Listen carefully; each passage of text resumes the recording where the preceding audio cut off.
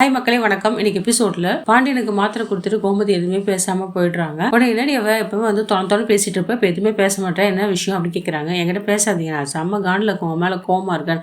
என்ன கோவம்னு சொல்லு, நான் என்ன பண்ண கோமதி சொல்லு அப்படின்னு கேட்கிறாரு. ஒரு பொண்டாட்டியும் புருஷனுக்கு ஹெல்ப்பா இருந்தா அவன் லைஃப் எங்கேயோ போயிடுன்னு சொல்றீங்களா, நான் எந்த ஹெல்ப்புமே பண்ணலையா, எந்த ஹெல்ப் பண்ண வந்தாலும் வேணாம்னு சொல்றீங்க, அரிசி பருப்புல கைவி கூட மாட்டீங்க, கடைக்கு வந்து உங்களுக்கு ஒத்தாசை இருக்கணும் அதுவும் வேணான்றீங்க. அடி பாவி, நான் அந்த அர்த்தத்துல சொல்லடி.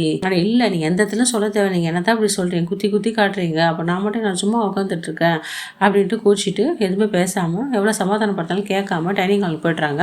பாண்டியனுமே இதை அப்படியே விட்ட பெரும் சண்டே ஆயிடும். போய் கோமதியை சமாதானப்படுத்தணும், கோமதி ஒம்பேன்னு போறாரு. கோமதி ஏன் கோமதிக்கெல்லாம் கோச்சிக்கிற, நான் வந்து தப்பா சொல்ல, மனசுல எதுவும் வச்சுட்டு சொல்ல கோமதி, நான் யதார்த்தமா தான் சொன்னேன், நீ ஏன் அப்படி நினைச்சுக்கிறேன், இந்த 4 புள்ள பெற்ற இந்த வீட்டுக்காக எவ்வளவு ஊடா உழைக்கிற, சமைக்கிற, வர பிள்ளைங்களும் கவனிச்சிக்கிற, வந்த மறுமொழியும் பாத்துக்கிற, ஒரு வேலை வாங்க மாட்டேற, எல்லா வேலையும் நீயே செய்யறல்ல, உனக்கு எது நான் சிரமம் கொடுக்கணும் அப்படிதான் சொன்ன கோமதி.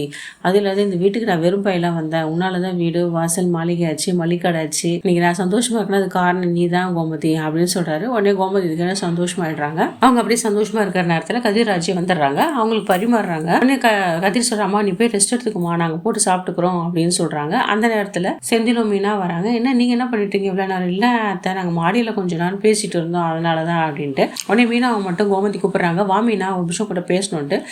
உங்க மாமாவுக்கு நல்லா ரைடு வேண்டி என் மனசுல எவ்வளவு கோவம் வந்துச்சு, அம்புட்டுத்தையும் நான் கொட்டி தீர்த்துட்டேன், மனுஷன் எதுவுமே வாயை திறக்கல, உடனே உன்னாலதான் எனக்கு எல்லாமே ஆச்சு, உன்னாலதான் எனக்கு வாழ்க்கையில எல்லாமே கிடைச்சது அப்படி இப்படின்னு சொன்னாருடி அப்படின்னு சொல்லிட்டே இருந்தாங்க. எல்லாமே சொல்லி தீர்த்திட்டீங்களா, இப்ப சந்தோஷமா நீங்க படிப்பீங்கல்ல, போங்க அத்தை அப்படின்ட்டு அவங்களும் பேசிட்டு போயிடுறாங்க. வெளியில வந்தவொடனே செந்தில, பத்தியாடா நம்ம வீட்டுல என்னென்னோ நடக்குது, அது கவனிச்சடா கதிரு, என்னென்னோ ரகசியம் பேசிக்கிறாங்க, ராஜி பாருமா உங்க அக்கா ஏதோ பேசிட்டு வர ரகசியம் அப்படின்னு சொல்லிட்டு இருக்காரு. ஆனா ராஜி சிரிச்சுக்கிட்டு எதுவுமே பேசிக்கல. நம்ம தம்பிக்கிட்ட அந்த விஷயத்த போடணும், கோட்ரஸ் விஷயத்த சொல்லிட்டு, என்ன ராஜி அக்கா மீனா எதுனா சொன்னாலா? இல்லையே மாமா எதுவுமே சொல்லி, அதான் கோட்ரஸ் விஷயமா அதை பத்தி எதுவுமே சொல்லலையே. ஆமாண்டா, உங்க அன்னைக்கு வந்து கோட்ரஸ் கொடுத்துருக்காங்க ஆஃபீஸ்ல.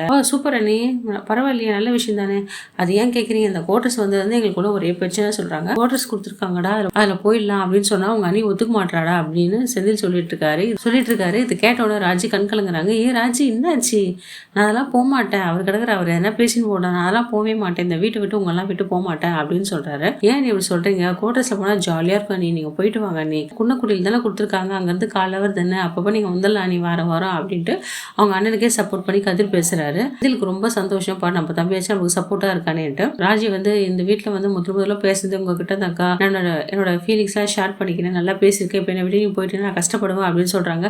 ஐயோ ராஜிமா, நான் போக மாட்டேன், நான் இந்த வீட்டுல தான் இருப்பேன், நான் ஏற்கனவே வீட்டுல தனிமையில தான் இருந்தேன், 4 செவத்துக்குள்ள தான் இருந்தேன், எங்க அம்மா அப்பா வேலைக்கு போயிடுவாங்க, நைட்டு தான் வருவாங்க, அந்த கஷ்டமே எனக்கு போதும், இதுவே நான் அங்கே போய் கோட்டஸில் 4 செவத்து பார்த்துனுங்க போகிறாங்களாம், போக மாட்டேன், இங்கே தான் நீங்கள் எல்லாம் இருக்கீங்க, நான் சந்தோஷமா இருக்கேன், போக மாட்டேன் அப்படின்னு சொல்லிடுறாங்க. கதிர் எவ்வளோ கன்வின்ஸ் பண்ணுறவங்க, நீ ப்ளீஸ் தயவு செஞ்சு இந்த விஷயத்தை விட்டுருங்க, இந்த கோட்ரஸ் விஷயம் வந்து பேச வேணாம், இல்லைனா கோட்ரஸ் வாங்கி தரேன், நீங்களும் உங்கள் அண்ணனும் போயிட்டு இருந்துட்டு வாரத்தில் 2 நாள் மட்டும் இங்கே வாங்க, ஓகேவா அப்படின்னு கேட்குறாங்க. அச்சோ வேணாம் நீ அப்படின்னு சொல்லிடுறாங்க. காலையில் எல்லாரும் சாப்பிட்டுட்டே இருக்காங்க. அப்போ பழனிவேல் வந்து அவங்க அக்காட்ட ஜோக் அடிச்சு சாப்பிட்டுட்டு இருக்காரு. பாண்டி, என்னடா இன்னுமா சாப்பிட்டுட்டு இருக்க, வாடா டெலிவரி கொடுக்க நிறைய இருக்கு, சீக்கிரம் வாடா, எப்படா வந்த, ஏன்டா அப்படி இருக்க அப்படின்னு சொல்லிட்டு இருக்காரு. இதை கேட்ட சுகன்யா கோவம் வந்துருச்சு.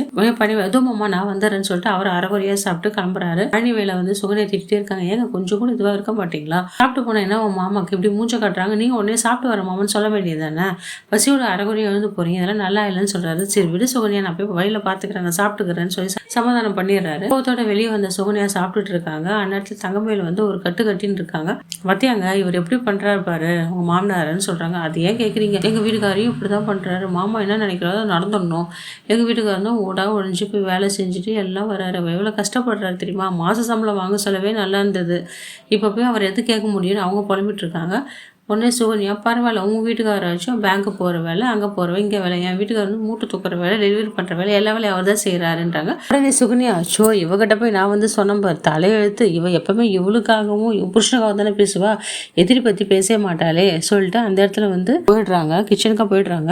எதுக்கு உங்கள் அப்பா வந்து இன்னும் வேலைக்கு வந்துட்டே இருக்காரு, சும்மா வந்து அங்கே டார்ச்சர் பற்றிட்டே இருக்காரு, ஒரு வேலையும் செய்கிறது இல்லை, தேவையில்லாத பொருளை எடுத்துகிட்டு போகிறாரு, அப்படி பழக்கம் போல் அப்படியே கத்திட்டே இருக்காரு, ஏன் மாமா அப்படி கத்துறீங்க, அவர் என்ன மாமா பண்ணாரு, பூராமட்டு கடையில் வந்து பொருள் எடுத்து சாப்பிடலாம், பொருளை எடுத்துகிட்டு போகலாமா, ஏன் உங்கள் அம்மா வந்து எதுவுமே சொல்லியே, என் நைட்டு ஆனால் காதோட காது வச்சு நீ உங்கள் அம்மா பேசிகிட்டே இருக்கீங்களா, எங்கள் வீட்டில் நடக்கிற கதையெல்லாம் அப்படியே அங்கே ஒப்பிக்கிறல்ல, அங்கே என்ன நடக்குது எதனா ஒன்று சொல்லியிருப்பியா, நம்ம வீட்டில் என்ன நடக்கிற விஷயத்தெல்லாம் சொல்லி சந்தோஷப்பட்டுட்டு இருப்பீங்களா உங்கள் ஆத்தக்காரி, எதுவுமே இப்போ தெரியாதா, அரிசி மூட்டை எல்லாம் வாங்கிக்கிறாங்களே, இதெல்லாம் ஏது மயில், என்ன அரிசி, உங்கள் வீட்டில் எதனா கேட்டாங்களா, உங்கள் வீட்டுக்காரர் என்ன சொன்னாரா, மாமனாருக்கு தெரியுமா, எதனா அதை பற்றி கேட்டாங்களா, அதெல்லாம் எதுவும் கேட்டுக்க மாட்டேன், ஏதோ உங்களுக்கு ஓசியில் வருது, என்ன குடும்பம் இது, மானகட்ட குடும்பம், என் தலையெழுத்து அப்படின்னு திட்டிகிட்டே இருக்காரு. ஏமாம்மா அப்படி சும்மா திட்டிகிட்டே இருக்கீங்க, ஒரு உரிமையில் தானே இருக்குது, பொண்ணு வீட்டில் தானே அவர் எடுத்துக்கிறாரு, இதெல்லாம் தப்பு, போதுமாம்மா இதுவே சொல்லாதீங்க, எனக்கு ரொம்ப கஷ்டமாக இருக்குது, எங்கள் அப்பா திட்டிகிட்டே இருக்கீங்க, திட்டாதீங்க, இனிமேல் என்ன அந்த கடையில் வந்து நான் பச்சை தண்ணி கூட குடிக்கக்கூடாது, அவ்வளோதானே, நான் அதை அவர்கிட்ட சொல்லி சரி பண்ணிடுறேன், நீங்கள் திட்டாதீங்க. வீடியோ உங்களுக்கு பிடிச்சிருந்தா லைக் பண்ணுங்கள், ஷேர் பண்ணுங்கள், கமெண்ட் பண்ணுங்கள். நன்றி, வணக்கம்.